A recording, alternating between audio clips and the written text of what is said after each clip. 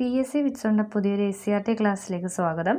ഇന്ന് 7ാം ക്ലാസ്സിലെ മനുഷ്യ ശരീരം ഒരു വിസ്മയം, രക്തപര്യായനം, വിസർജനം, നാഡി ഏകോപനം എന്ന ചാപ്റ്ററാണ് നോക്കുന്നത്. രക്തപര്യായന വ്യവസ്ഥ. ആഹാരത്തിലെ പോഷകഘടകങ്ങൾ ആഗിരണം ചെയ്യുന്ന ചെറുകുടലിലെ ഭാഗമാണ് വില്ലസുകൾ. ആഹാരത്തിലെ പോഷകഘടകങ്ങൾ ആഗിരണം ചെയ്യുന്ന ചെറുകുടലിലെ ഭാഗം വില്ലസുകൾ.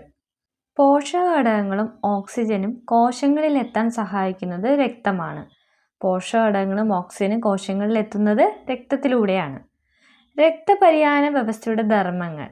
ഹൃദയത്തിൽ നിന്ന് ഓക്സിജനും പോഷകഘടകങ്ങളും അടങ്ങിയ രക്തം ശരീരത്തിൻ്റെ എല്ലാ ഭാഗങ്ങളിലും എത്തിക്കുന്നു.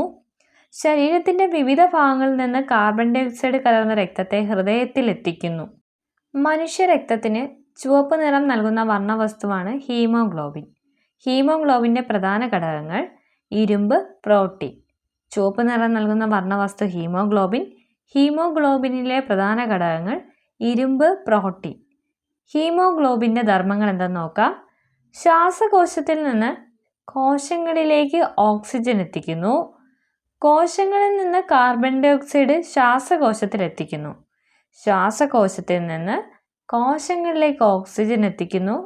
കോശങ്ങളിൽ നിന്ന് കാർബൺ ഡൈ ഓക്സൈഡ് ശ്വാസകോശത്തിൽ എത്തിക്കുന്നു. രക്തദാനത്തിനുള്ള കുറഞ്ഞ പ്രായം 18 വയസ്സ്. മനുഷ്യ ശരീരത്തിലെ രക്തക്കുഴലുകൾ, ധമനികൾ, സിരകൾ, ലോമികകൾ. രക്തദാനം ചെയ്യാനുള്ള കുറഞ്ഞ പ്രായം 18 വയസ്സാണ്.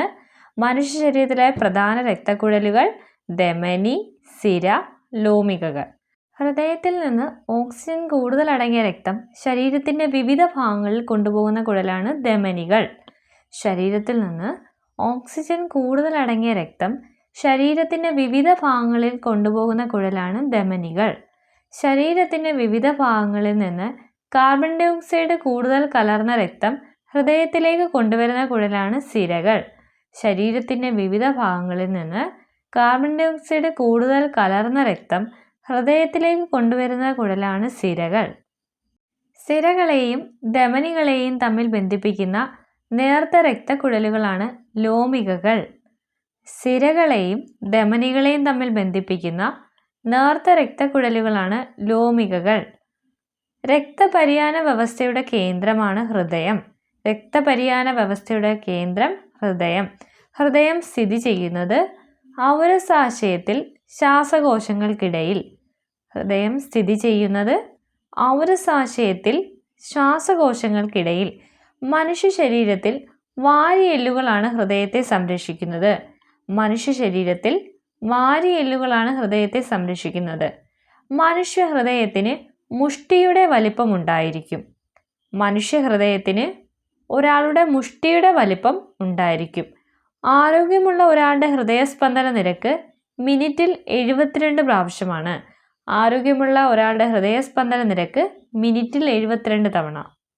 രക്തത്തിലെ പ്രധാന ഘടകങ്ങൾ പ്ലാസ്മ, വെളുത്ത രക്തകോശം, ചുവന്ന രക്തകോശം, പ്ലേറ്റ്ലെറ്റുകൾ. പ്ലാസ്മ, വെളുത്ത രക്തകോശം, ചുവന്ന രക്തകോശം, പ്ലേറ്റ്ലെറ്റുകൾ. രക്തത്തിലെ ദ്രാവക ഭാഗമാണ് പ്ലാസ്മ. രക്തത്തിലെ ദ്രാവക ഭാഗമാണ് പ്ലാസ്മ. പ്ലാസ്മയുടെ നിറം ഇളം മഞ്ഞ. പ്ലാസ്മയുടെ നിറം ഇളം മഞ്ഞ. ഗ്ലൂക്കോസിനെ കോശങ്ങളിൽ എത്തിക്കുന്ന രക്തഘടകമാണ് പ്ലാസ്മ. ഗ്ലൂക്കോസിനെ കോശങ്ങളിൽ എത്തിക്കുന്ന രക്തഘടകമാണ് പ്ലാസ്മ. നിശ്ചിത ആകൃതിയില്ലാത്തതും മർമ്മമുള്ളതുമായ രക്തകോശം വെളുത്ത രക്തകോശം. നിശ്ചിത ആകൃതിയില്ലാത്തതും മർമ്മമുള്ളതുമായ രക്തകോശമാണ് വെളുത്ത രക്തകോശം. രോഗാണുക്കളെ നശിപ്പിക്കുന്ന രക്തകോശമാണ് വെളുത്ത രക്തകോശം. രോഗാണുക്കളെ നശിപ്പിക്കുന്ന രക്തകോശം വെളുത്ത രക്തകോശം. ചുവന്ന രക്തകോശത്തിൻ്റെ ആകൃതി ഡിസ്കിൻ്റെ ആകൃതി. ചുവന്ന രക്തകോശത്തിൻ്റെ ആകൃതി ഡിസ്കിൻ്റെ ആകൃതി. മർമ്മമില്ലാത്ത രക്തകോശം ചുവന്ന രക്തകോശം. മർമ്മമില്ലാത്ത രക്തകോശം ചുവന്ന രക്തകോശം. ഓക്സിജൻ, കാർബൺ ഡൈ ഓക്സൈഡ് എന്നിവയുടെ വിനിമയത്തിന് സഹായിക്കുന്ന രക്തകോശം ചുവന്ന രക്തകോശം. ഓക്സിജൻ, കാർബൺ ഡൈ ഓക്സൈഡ് എന്നിവയുടെ വിനിമയത്തിന് സഹായിക്കുന്ന രക്തകോശം ചുവന്ന രക്തകോശം. ഹീമോഗ്ലോബിൻ കാണപ്പെടുന്ന രക്തകോശമാണ് ചുവന്ന രക്തകോശം. ഹീമോഗ്ലോബിൻ കാണപ്പെടുന്ന രക്തകോശം ചുവന്ന രക്തകോശം. പ്ലേറ്റ്ലെറ്റുകൾ രക്തം കട്ടപിടിക്കുന്നതിന് സഹായിക്കുന്നു. പ്ലേറ്റ്ലെറ്റുകൾ രക്തം കട്ടപിടിക്കുന്നതിന് സഹായിക്കുന്നു. ആരോഗ്യമുള്ള ഒരാളുടെ ശരീരത്തിലെ ഏകദേശ രക്തത്തിൻ്റെ അളവ് 5.5 ലിറ്റർ. ആരോഗ്യമുള്ള ഒരാളുടെ ശരീരത്തിലെ ഏകദേശ രക്തത്തിൻ്റെ അളവ് 5.5 ലിറ്റർ. ഈ പാഠഭാഗത്തിലെ ബാക്കിയുള്ള ചോദ്യങ്ങൾ അടുത്ത ക്ലാസ്സിൽ ഉൾപ്പെടുത്താം.